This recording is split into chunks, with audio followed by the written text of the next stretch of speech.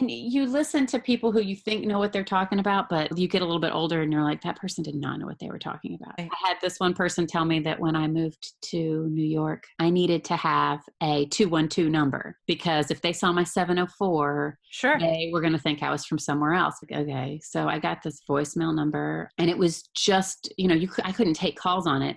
But I knew if I put it on like my headshots and I put it on my business cards and stuff, if I was getting a message that it had to be for an audition. Well, my number ended up one number off from the number that you called to get tickets to the Tony Danza show.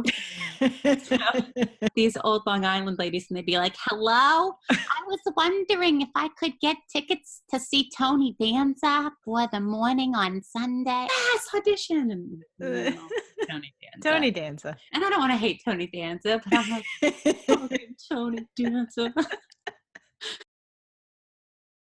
So in New York, is that where you got the soap opera? Let's not go crazy saying I got a soap opera. I worked on All My Children for years, and I did what they call background and under 5, which under 5 means you have 5 or under lines. Sometimes an under 5 means you don't even talk. Basically, like a main principal character can hand you something and you hold it, and you're an under 5. So, you'd be background some days and they'd be like, go stand next to her. And Erica Kane would hand you something and be like, how often were you going? It would depend. There was a tornado that hit Pine Valley.